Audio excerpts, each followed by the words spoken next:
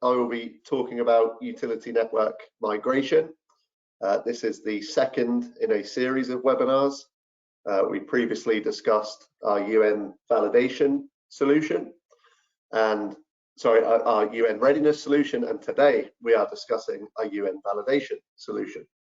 How to boost confidence in your data before you migrate. So just as a recap as to who we are. So One Spatial is a company. We have offices globally, as you can see from the map on the left. We are headquartered in Cambridge.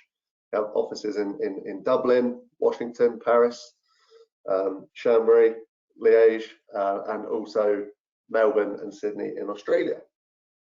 We work largely with companies in government, utilities, transport, and also a wide network of partners that we work with.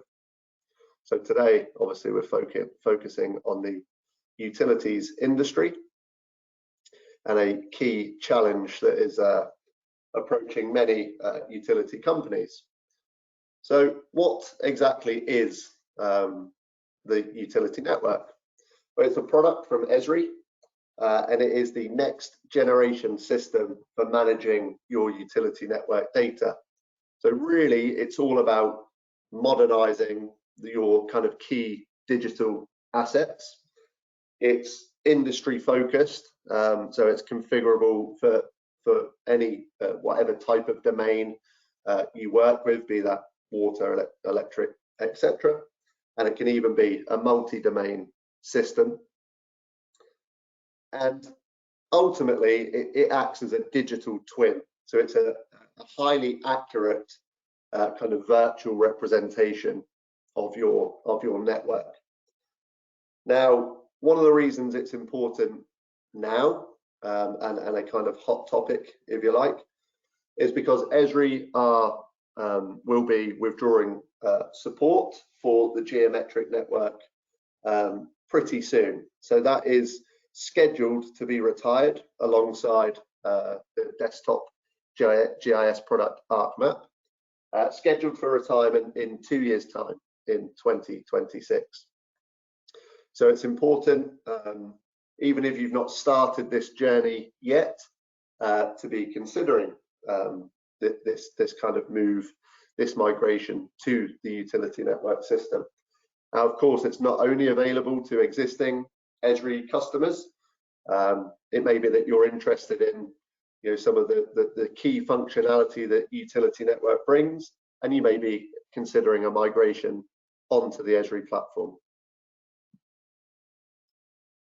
So a bit more about the utility network and the benefits that it can bring to your organization. So it's a highly scalable and a more performant network solution. It has a real kind of foundation of data quality. So it's going to help ensure that the data you're collecting and maintaining is of a high quality and maintains its integrity throughout the life cycle of that data. If you've got good quality data, then of course that's going to lead to more accurate, more effective decision making, and you're going to have more trust and confidence in your data itself. As I say, the utility network is built on top of this foundation of data quality rules, and it's these rules that ensure that that quality is maintained.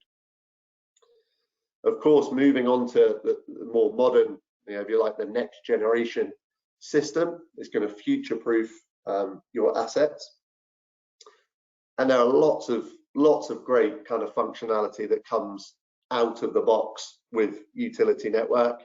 Maybe in the past of previous systems, you've had to rely on additional plugins, additional systems and applications. There is a lot of functionality within the utility network itself. This enables kind of advanced visualization, analytics, so you're gaining much more insight from your data, and also advanced editing capabilities. So let's move on to talking about the actual process of migrating your data from its existing system, as I say, if you're currently an Esri customer, that is likely to be the geometric network. And then obviously you're going to want to migrate that data into the utility network system. So in many ways, this is like any other data migration, but it does have its own nuances that make it different to some other kind of transformation projects. As I say, it has that big reliance on data quality, and I'm going to talk about that in more detail over the next few slides. And this is what really drives the importance of assessing your existing data and getting it cleansed and ready prior to migration. So the utility network model itself is extremely kind of flexible, configurable, and indeed extensible. And it's really important when you're designing your target UN model that not only do you design the right model for your organization today, but also thinking about any future needs as your organization and those of the kind of needs of the industry change and evolve. So all in all, it's not a process to be taken lightly, and that's where One Spatial can offer help and support. So I will talk a little bit about our solutions that we have to offer and how we can help. But first of all, let's, as I say, go into a bit more detail about that importance on data quality. So the utility network itself built on this foundation of data quality rules. Now, there are inbuilt rules that that look at the kind of geometries themselves and keeping geometric integrity, and also ensuring that the attributes that are that exist on your features are present and correct. And there are also 5 categories of utility network rules that then define the actual relationships and that are allowed to exist between your features, but also they sort of define which restrictions will exist in the network itself as well.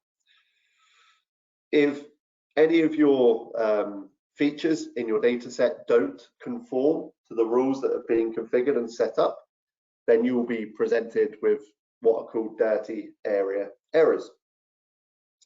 These might be things such as non-conformities against the utility network rules themselves. So you may have a rule that describes how line A can connect to line B, but there's no rule that says line A is allowed to connect to point B. So that would show up as a non-conformity and display an error on your map. And also, if you have poor quality data, as in your geometries themselves kind of lack that kind of integrity and that quality, such as a self-intersecting line, then these types of issues are also going to flag up these errors on your map. Now, the errors they not only kind of don't look great when visualized on your map, but much more importantly than that, if you have dirty area errors in your data, it can stop some of that key functionality of the utility network from working at all. Things like tracing is a really nice capability that you get out of the box with utility network. And if your rules aren't set up properly, or if your data doesn't meet the defined rules, then you may not be able to trace. Or indeed, if you do trace, the results you get may not be correct. So it is extremely important, critical to the system that your data adheres to the quality level expected. If you go to the Esri website and look at the documentation for utility network, you can find out more information about the nature of these errors. There's some visual examples to show you what those errors might look like within your data. And then they very helpfully list all of the errors that can be presented and each of them has a corresponding error ID number. Now, these are the errors that we are attempting to minimize, if not completely kind of remove from our data before we set out on our migration. And I said they don't look great when they're on your map. You get these kind of red hatched polygons that represent each of those dirty area errors within your data. This is an example here. We can see it's error code 9. It has invalid connectivity, and there is more than one junction edge rule that is applicable in this scenario, where this particular line meets this particular point within the data set. So that's an example of the utility network rules. And this one here is an example of a self-intersecting line. If we look at the bottom there, the highlighted row in that table, we can see that that has error ID 20. So that's just two examples, one of the utility network rules and one of a kind of data integrity, data quality rule. And as I say, until you correct these issues, these will be present within your utility network, and at worst, as I say, can stop some of that functionality from working whatsoever. And if you have, lots of these built up within your network data set, then you can see how, your map will be kind of overrun with these kind of red polygons, which is really handy to draw your attention as to what needs fixing. As I say, it goes much more beyond just the kind of visual impact. So Esri's best practice states that for a properly functioning utility network, it's important that the error count is as low as possible, as close to 0 as possible, and ideally 0. And that error counts greater than 10,000 have severe performance and functionality implications on the system itself, which is not going to be ideal for your kind of uptake and onboarding of the new system that you've invested in. Which is why, as one spatial, this is the angle we take, is to take the data quality elements of the migration kind of really importantly, which is why, as we spoke about previously, we have UN readiness for looking at your source data, finding and fixing issues in your source before you migrate it, and then what I will talk about shortly with UN validation. So here's an image to show what I just described. This is the one spatial toolset that can help your organization move efficiently from its existing source data, source system, be that the geometric network or otherwise, and moving that to the utility network. So huge focus on the data itself, totally understanding that the data is one part of a wider transformation project, but we've really focused in on the core key asset there, which is the data itself, and really, as I say, focus on the quality of that data to make sure that once it's published in the utility network system, it's all present, it's all correct, and you have minimal, if not 0, errors presented in the system. As I say, we did present a previous webinar on UN readiness, so you can find much more information about that on our website and on our YouTube channel. UN readiness, just as a kind of quick overview, is all about assessing your existing data. And we often find that it's much easier and more efficient to fix that data in its source system and get that fixed and ready as soon as possible before you then sort of take on the migration process itself. So that's where UN readiness fits in to the picture.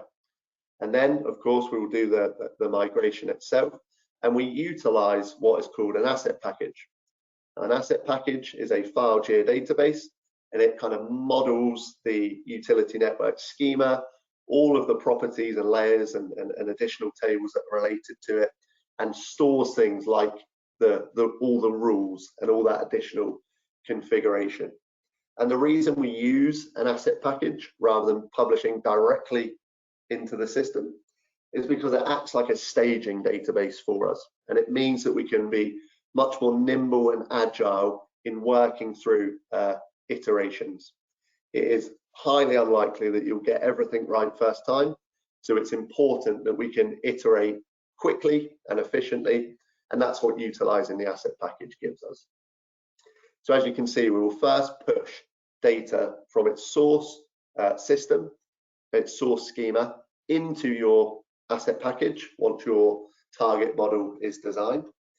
And UN validation is all about assessing the content of that asset package once your data has been pushed in. So a bit more information about UN validation itself. It's all about, as I say, capturing issues prior to publishing into the utility network.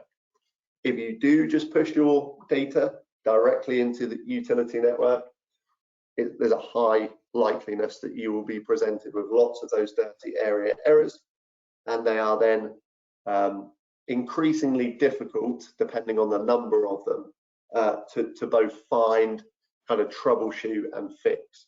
It's going to be much easier to make sure that your data is all fixed and ready before you go ahead and publish. So UN validation really sort of is post migration into the asset package. So it's ensuring that no data quality issues have been introduced during that migration process. But not only that, we extend that and we check against the UN rules that have been configured within that asset package. We also have some tools, which I will talk more about, that help you discover rules that have been missed previously from your configuration. And just to talk about some of the key features of this product, we provide UN validation as we do UN readiness on the cloud. So this is a software as a service offering. It's really easy to access and use via the web browser. And you literally just drag and drop your data file. So what we're talking about here in terms of the asset package, that's the file geodatabase. And to use UN validation, it's, as I say, as simple as drag and drop. What the tool provides you is clear and accurate spatial reports and also rule proposals. More information to come on both of those. And because we know the utility network migration, it can be a sort of a different size and shape of product, depending very much on the organization, depending on the size of your region, the size of your data set, etc., and other internal factors. We have flexible pricing to suit your needs. So we have a pay-as-you-go monthly option, or you can take a kind of 12-month kind of subscription for the cost of 10. So this is what the kind of application looks like when your users have logged in to the platform. You can see here there are a series of tiles, a series of applications. We have UN readiness, and then we have the 5 applications for UN validation. As you can see here, these are prefixed with water. So if you're an organization that has just one single domain, we would supply that domain as you see on the slide now. But if you kind of manage multiple domains, then we would provide these applications for each of those domains individually. And it is our recommendation and suggestion that you kind of tackle each domain separately, if you like, and you keep a degree of separation throughout the migration process before ultimately bringing them all together at the end. This is just to ensure that no features kind of get cross-referenced and really just to make the management of your data much more straightforward throughout the entire process. So the UN validation is a series of checks. Where I previously spoke about UN readiness, that is a single kind of application. UN validation, as we've just seen, consists of 5 different kind of processes, if you like. It's a series of checks that ensure no data quality issues have been introduced. And the reason we do this is much easier to capture and fix those before you move into the system. The UN validation application runs, as I say, a variety of rules that fall within these following categories. So we have geometric rules that are looking for the integrity of your actual features themselves. We have some rules that look for the attribution that the utility network expects and kind of requires in order to work. We also look at the kind of topology of your network itself. And in addition to that, of course, those utility network rules that are really important to the system. And it may be that you have your own kind of internal business rules for your network data. And if that's the case, then we can add those to the UN validation process for you. And it may be that this is a good opportunity for you to kind of reflect on the overall kind of quality and integrity of your data set. There may be things that you're very aware of over time that have built up, maybe some legacy issues in your data. Well, there's sort of no better time than when you're taking your data through a process like this to actually, as I say, reflect on those and take care of those issues all at the same time. So we do have the capability to add additional custom rules for you as well. So we spoke earlier about the system providing clear and accurate reports. So this is really, the key and important element of the one spatial technology. In order to find and then ultimately fix the data quality issues in an efficient manner, we provide really clear reports that are in the format that your users would expect. So as we're talking about Esri, as we're talking about asset packages and file geodatabases, we actually provide the spatial reports in a file geodatabase format, which means it's really easy for your GIS users to go and overlay that onto your kind of data set in your GIS. So these are the fields that are presented within that report. So we give you information about the feature itself. So we will provide the object ID of the failing feature. We will tell you which feature class that belongs to, alongside a geometry. So this is the point that will kind of highlight that on the map, if you like. And then we have really clear descriptions about what the rule is and why that particular feature has failed that particular rule.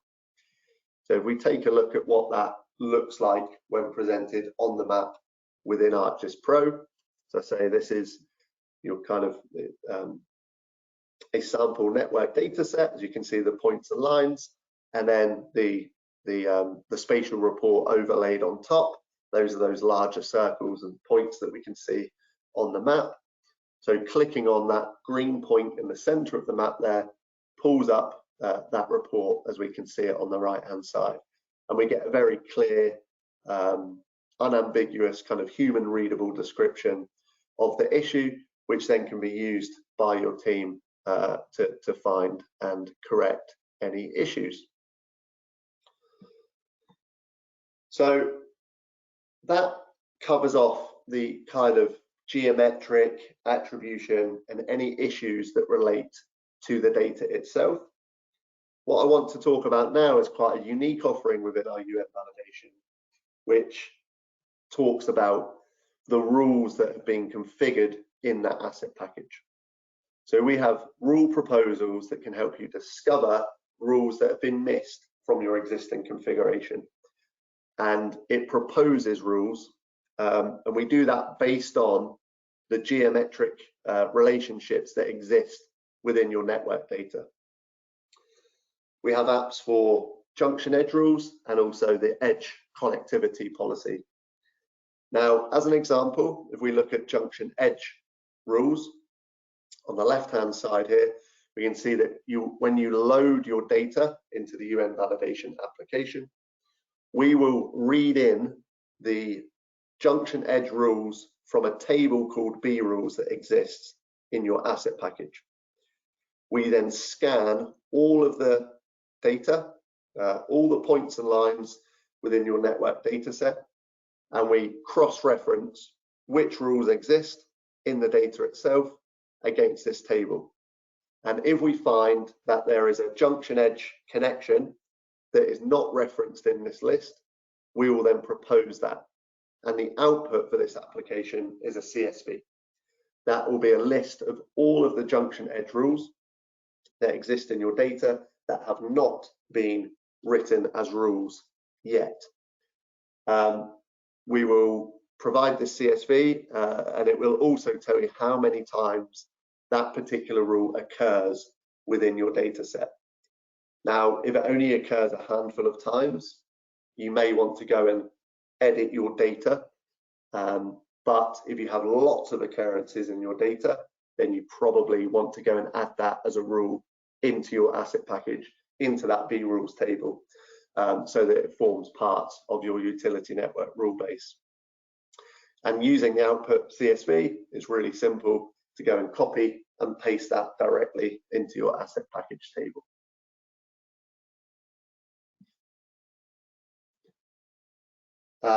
If you purchase the UN validation, then one of the things that comes with it is some really thorough documentation, as well as the application itself, where we have these clear descriptions for each one of the rules. So as I say, there's going to be no ambiguity for your users as to what a non-conforming feature looks like, and it will also help describe what the best solution is for that particular rule. In some cases, it will be go back to your source data and fix the data, and in other instances, the best solution might be to add configuration to your asset package. If you want to discover more about our utility network migration solutions, as I say, including UN readiness, a migration offering itself, and also UN validation, then please head over to onespatial.com. You can find lots more information there. And also, as previously mentioned, it's worth checking out our YouTube channel as well. And that is it for me today. Thank you for coming along and listening to me talk about UN validation.